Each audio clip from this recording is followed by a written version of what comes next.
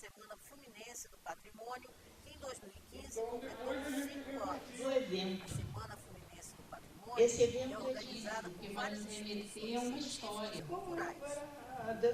O jeito que ele com esse sobrenome Nascimento. Lançamento de livros, apresentações de grupos culturais, mostra de filmes e de fotografias. Foram algumas das atividades que movimentaram várias cidades do estado do Rio de Janeiro, tendo o patrimônio como foco principal. A cada ano, o tema é escolhido para orientar os debates. Em 2015, o tema foi Território, Memória e Identidade Cultural. O território é que combina essa relação entre cada um de nós e cada um dos bens culturais que compõem o universo do patrimônio, sempre num lugar. E é esse o lugar, a razão de ser do patrimônio, a gente saber que a gente faz parte de algum lugar. A abertura da Semana Fluminense do Patrimônio aconteceu mais uma vez no Centro Cultural de Justiça Federal, no centro do Rio de Janeiro, com o lançamento do livro Olhares sobre o Patrimônio Fluminense, a apresentação de grupos culturais e a conferência Os Retornos do Jongo.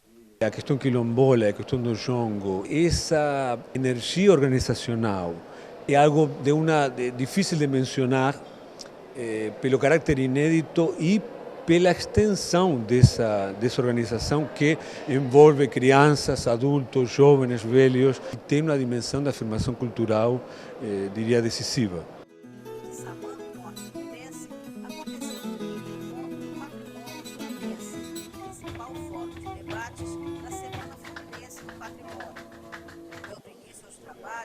Uma roda de conversa no Espaço Cultural José Carlos Barcelos reuniu 3 especialistas de diferentes áreas de educação, mostrando os projetos que vem desenvolvendo na cidade. A gente basicamente desenvolve junto com os alunos videogame, né, para telefone, para tablet, para computador, para colocar na internet inclusive, e a gente leva esses jogos para as escolas aqui. A gente tem trabalhado fundamentalmente com crianças e adolescentes para trazer para esse aluno, para esse alunado, uma consciência, na verdade, da preservação de patrimônio, seja ele o patrimônio material, patrimônio imaterial, patrimônio natural, inclusive, da nossa cidade. Eu aqui no Espaço Cultural José Carlos de Barcelos desenvolvo catalogação, digitalização do acervo, popularizar ainda mais o trabalho que a dona Leninha faz aqui. O acervo de história oral que ela tem gravado em fitas cassete. Essa história oral desse povo comum que faz a história dessa cidade aqui. A usina de Central de Quissamã, ela, por incrível que pareça, ela não tem nenhum tipo de tombamento. Então, nós hoje estamos focados nessa iniciativa de tentar o tombamento junto ao IPHAN, dando um novo uso para aquele empreendimento incrível que é a usina, que fomentou por inúmeras décadas a economia açucareira na região.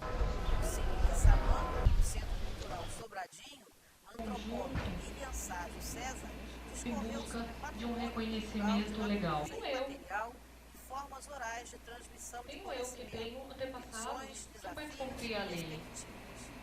A sociedade brasileira está permeada de matrizes culturais onde a principal forma de transmissão de conhecimento acontece a partir da oralidade, a partir de um mestre que sabe e que fala e que transmite o conhecimento.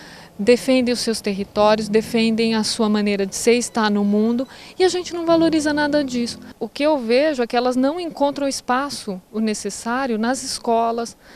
Na mesa redonda, patrimônio, memória coletiva e identidade, foi a vez do fado, do junto, do manifestações culturais típicas de Quissamã serem apresentadas. A gente ainda sente que ainda não é um assunto ainda em alta na cidade. Só fala que Machadinha tem o jongo e que é riquíssimo em cultura, mas ainda não tem ações efetivas dentro, né, daquela comunidade.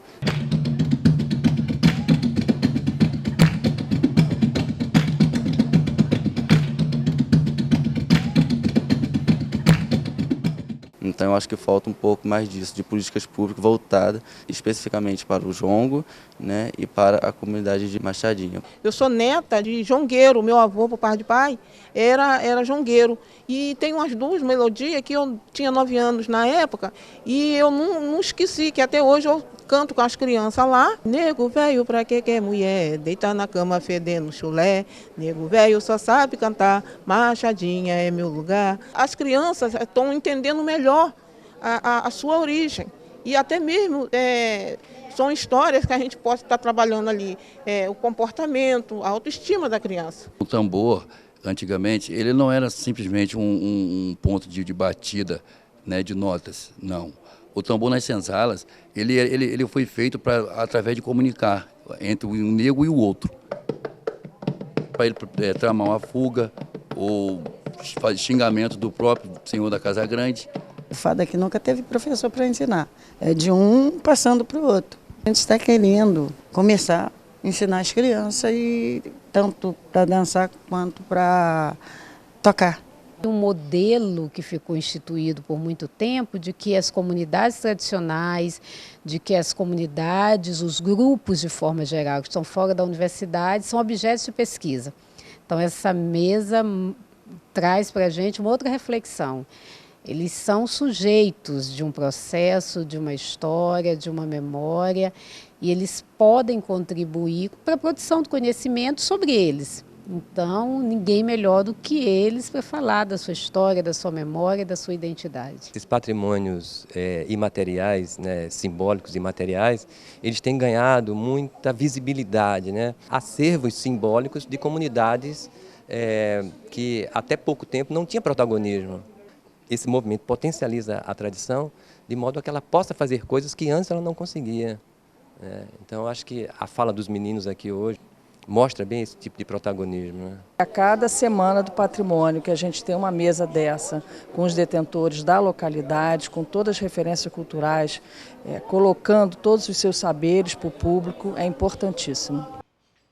Em seguida, foi a vez da mesa Patrimônio e Território, Lugares de Memória, sendo apresentadas iniciativas empreendidas em Samã para a preservação da memória e das tradições locais. O Centro de Memória ele aglutina vários projetos que são desenvolvidos por diferentes servidores do Instituto, docentes e não docentes. E nós temos vários alunos que não são bolsistas, estão trabalhando voluntariamente. Quando a gente fala de educação patrimonial, quando ela é feita de uma maneira consciente e voluntária, eu acho que é isso que a gente precisa, que sejam cidadãos aqui em Quissamã. Eu me dedico à história popular, à história social. A benzedeira, a lavadeira, o maquinista, são pessoas que fizeram nossa história e não estão nos livros oficiais. Essa 5ª semana do patrimônio para Quissamã é a oportunidade que nós estamos encontrando para estar falando, defendendo algo que nós acreditamos não só por Quissamã, de um modo geral. A gente tem alguns projetos. Um deles está relacionado à história dos povos indígenas na bacia inferior do Rio Paraíba do Sul. Um outro trabalho que a gente vem desenvolvendo também nessa região está ligado ao patrimônio hidráulico, né, os acondicionamentos do Rio Paraíba do Sul, as intervenções que ele sofre. O grande carro-chefe do projeto, da oficina, é, na verdade, a educação patrimonial. Uma tentativa de traduzir, né, o que a gente faz dentro da universidade para a população em geral, principalmente os professores.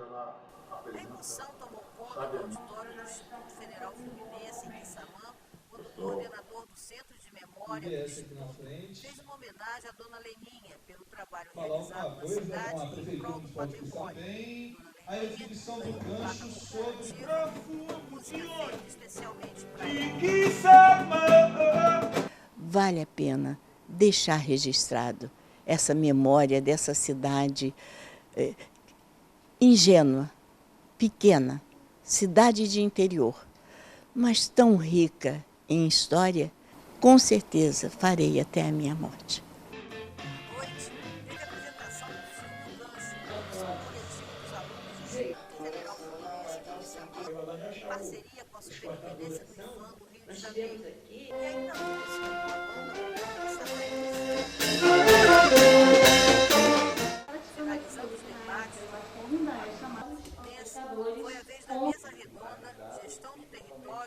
proteção do patrimônio, realizada na Fazenda Machadinha. Eu queria saber exatamente quais são as plantas que ocorrem no estado, né? Então, foi um trabalho de coleta, identificação. Depois, eu parti para a questão da preservação. Então, era preciso desenvolver um trabalho de conscientização ambiental dentro das comunidades que estavam próximas a esses ambientes que tinham essas plantas aquáticas. Vários professores, educadores foram orientados para dar prosseguimento a esse trabalho nos seus municípios. Populações que são consideradas tradicionais, elas têm que adaptar seus modos de vida a determinados contextos. Em geral, a gente opõe desenvolvimento, modernidade ao tradicional e muitas vezes essas comunidades são consideradas como atrasos ao desenvolvimento. E o que a gente vê também é que muitas vezes são responsáveis pela conservação desses territórios, né? Elas têm se tornado uma grande aliada do desenvolvimento sustentável. O pescador artesanal ele não pode se acabar, não pode terminar essa classe pesqueira, que foi a primeira classe de trabalhador que existe no mundo. Então nós temos que respeitar e dar dignidade para eles. A gente tem um desafio de educação e interpretação ambiental, que a gente precisa retomar a aproximação com as prefeituras, com as secretarias municipais de educação.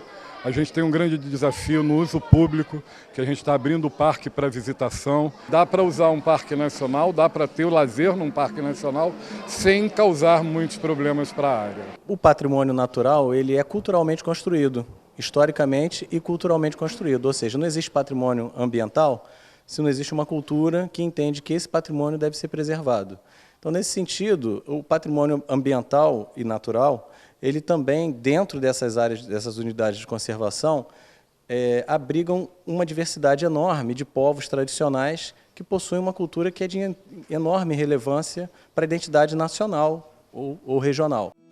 Fechando os trabalhos do Encontro do Patrimônio Fluminense, foram anunciados os vencedores das mostras de fotografia e poesia. Nós temos visto que são movimentos muito caracterizados de movimentos de resistências em prol, né, da preservação dos seus valores, da sua memória, da sua identidade, e que, ao contrário de tudo e de todos, conseguem se organizar e ter grandes avanços, né, e nessa disputa que sempre são disputas políticas e que eles estão cada vez mais presentes. Isso é muito bom para a diversidade cultural fluminense e nacional.